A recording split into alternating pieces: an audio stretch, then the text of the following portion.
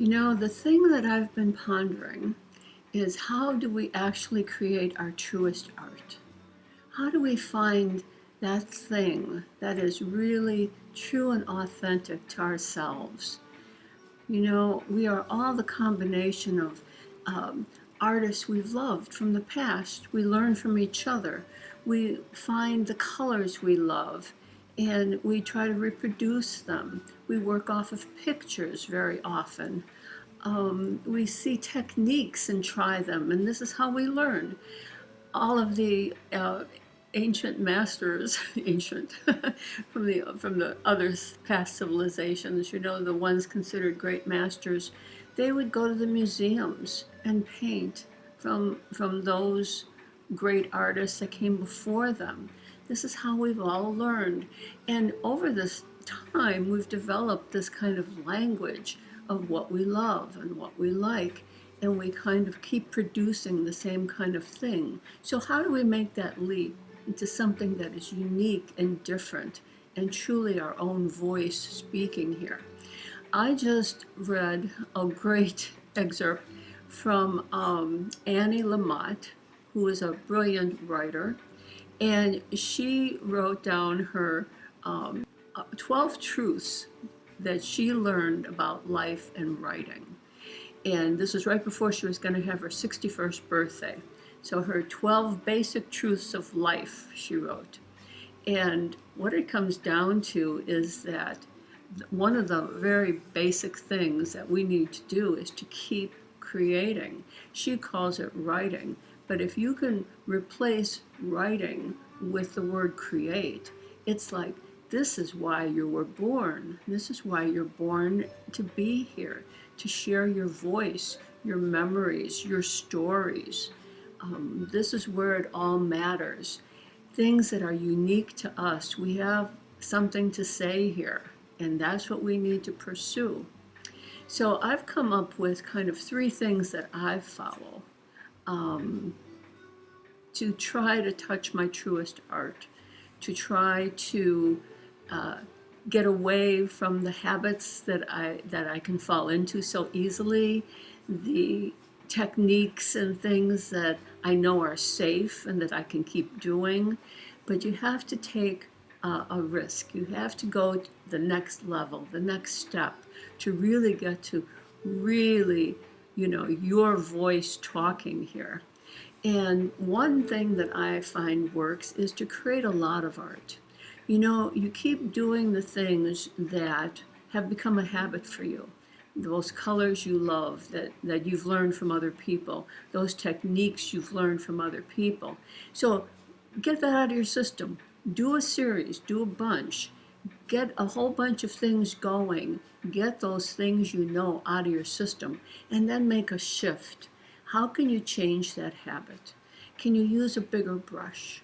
Can you change from paint to pastels? Can you work larger? Can you make a whole bunch of small ones? There's so many different ways you can change and shift what you're doing.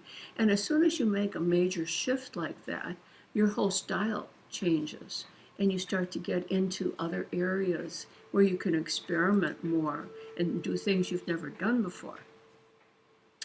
The second thing is to make your art personal. Take a step away from working from photos or from pictures or anything like that, and just work and trust your own inspiration. You go into that land of imagination that lies deep within you, and you really have to trust yourself here.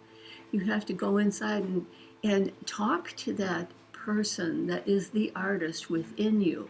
Ask them. Talk to them as though, what would you like to do today? Kind of switch it around here. It's not the I anymore. It's not I am creating. No, you're going into your muse. You're going into this creative genius. Look at them as the other. Talk to them in this way. And make it personal.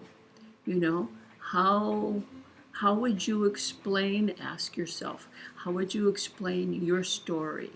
How would you tell your feelings? How would you go into the visuals. What are your visuals that would show what you're experiencing in life? What are you looking at that's around you right now that you're feeling? How can you put those into some piece of art? So make it personal. And then the third thing is when you're working on anything, as soon as it starts to get hard, take a step away. When it starts to get hard, you're starting to get into thinking. You're getting away from flow.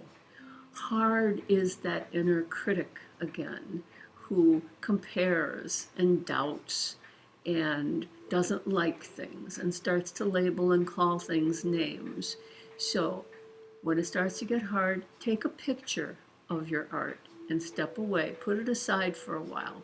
Because I find that when you look at it in a picture, often you're going to know exactly what it needs. It's going to tell you what it needs.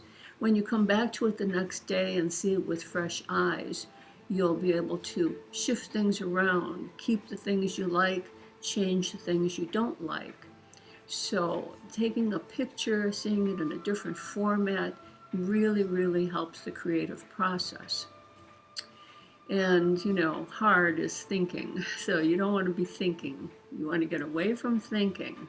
You want to keep it really, really moving, flowing, and coming from a deep place within you. And when that stops, step away. The important thing is don't stop creating. There was a time when I couldn't paint anymore. I had lost my focus because of so many shifts in my life, and I lost people I loved, and I moved, and there were just so many things happening. I found I couldn't paint.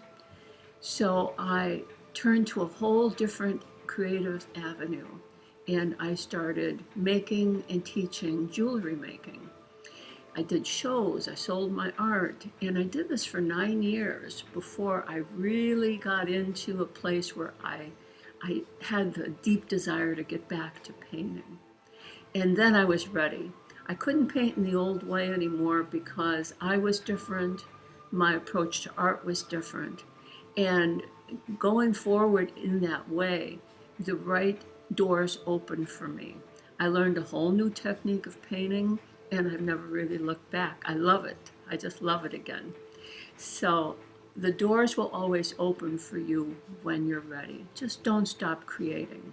So have fun with this and go for that true art. That's your voice, that's your story, that's your memories and feelings. And have fun. Talk to you soon.